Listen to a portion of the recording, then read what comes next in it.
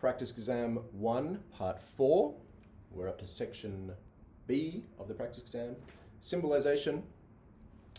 So the procedure here is a little different to what you'll see on the real exam. As I said, the real exam provides you with a dictionary. Here you don't get provided with a dictionary. You've got these words capitalized to indicate what your dictionary should be. So in question 7, only if we conserve, capitalized, only if we conserve our natural resources and recycle newspapers will human life on this planet be saved. So what it's telling you to do is have C equals, right, the first letter of the word conserve. Let C equal, we conserve our natural resources.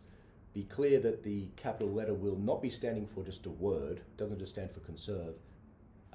These are sentential constants, right? These capital letters, and they stand for particular individual sentences, right? So they don't just stand for a word. Word is not a sentence. They stand for a particular sentence. So the sentence here would be C equals, we conserve our natural resources.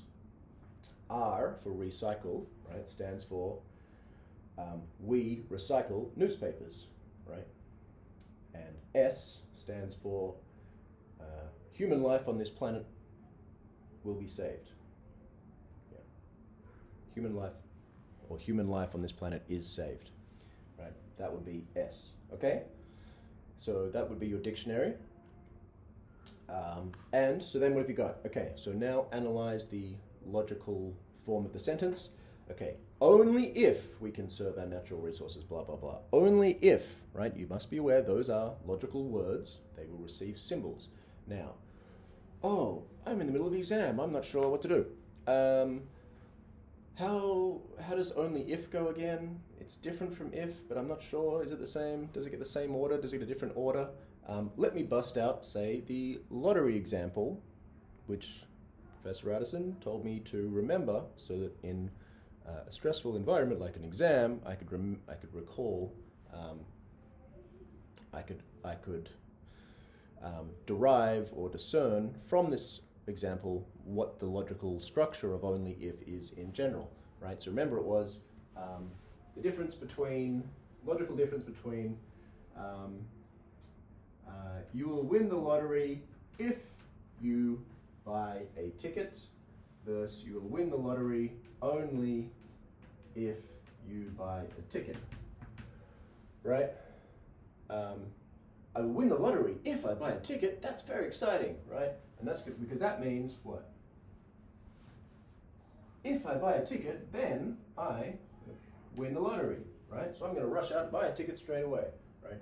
What follows the if, right, wherever it appears in the English sentence, the sentence following the if is always the antecedent of the conditional, right? The thing to the left of the hook in the symbolization, right? But I'm not so excited if you tell me you will win the lottery only if you have a ticket, right? It doesn't mean the same thing logically as what this means, right?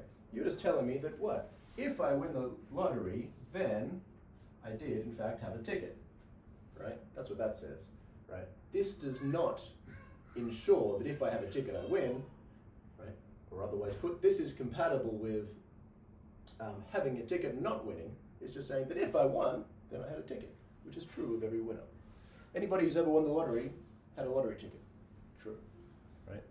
It's consistent with lots of ticket holders not winning the lottery, of course. Okay, so that's how you remember. Oh, so now I have the rule from that, right? What follows the only if is what? The consequent, right? What follows the only if, the T in this case, is the consequent, the thing that goes to the right of the hook.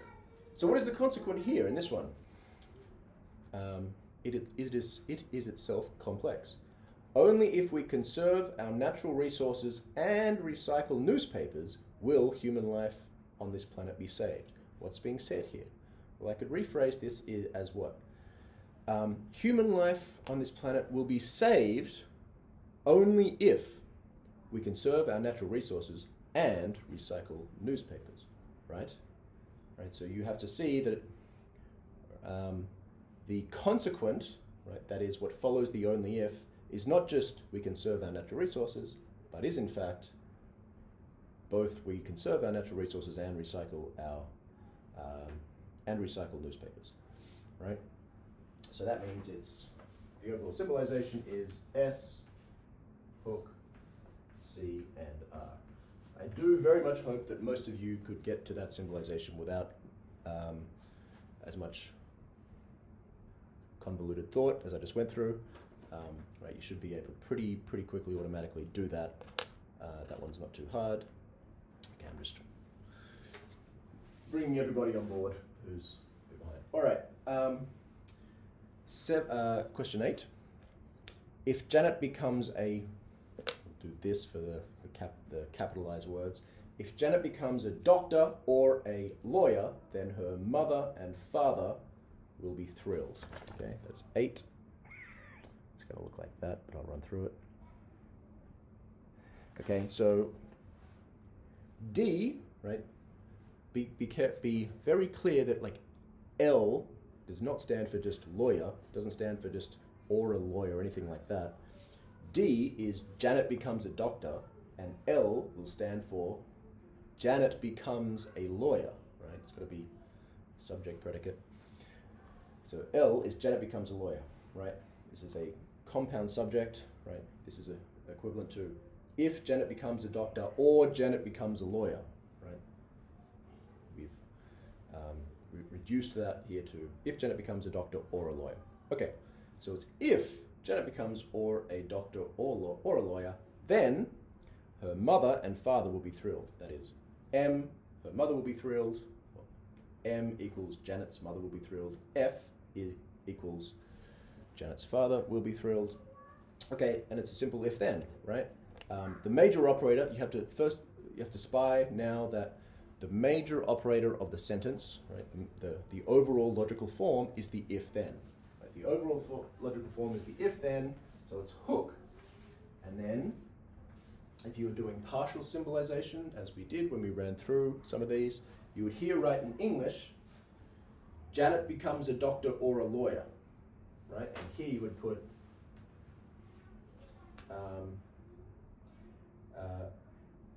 Janet's mother will be thrilled and Janet's father will be thrilled, okay? I noticed that right, we've put this here for the if-then down, so the word if disappeared, right? The whole sentence is, if Janet becomes a doctor or a lawyer, then, right? But now I put the hook here, and this would just be Janet becomes a doctor or Janet becomes a lawyer, right? I don't say, it's not the case that what goes here is if Janet becomes a lawyer, then, because then you'd have an if in there and that would get the symbol. But no, that if is that symbol. Okay, so it's just Janet becomes a doctor or Janet becomes a lawyer, and then it's and, so that, right?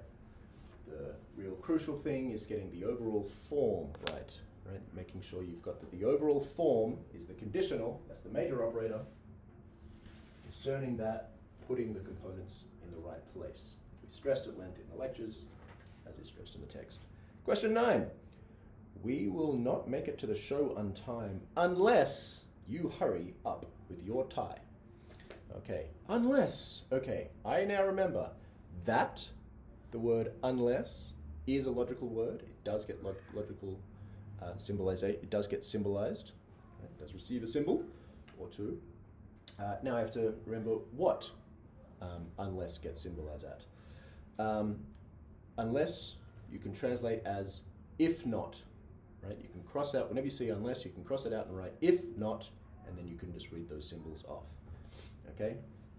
It can also translate as or. You can translate it as or, but I find unless more intuitive to the meaning. So I'll do it with if not. So it says what?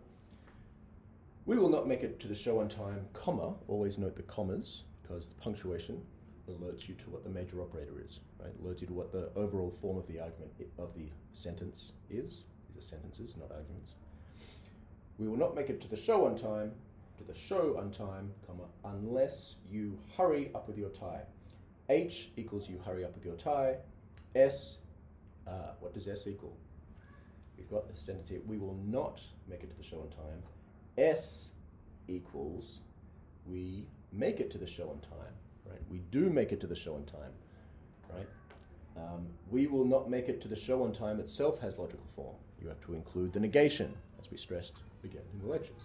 Okay, so unless we translate to if, not. So what follows the if is the antecedent of the conditional. The major operator is a conditional, right? And it's not H is the antecedent, right? Because it's, we will not make it to the show on time unless you hurry up on the time. We will not make it to the show on time. We will not make it to the show on time if you do not hurry up with your tie. If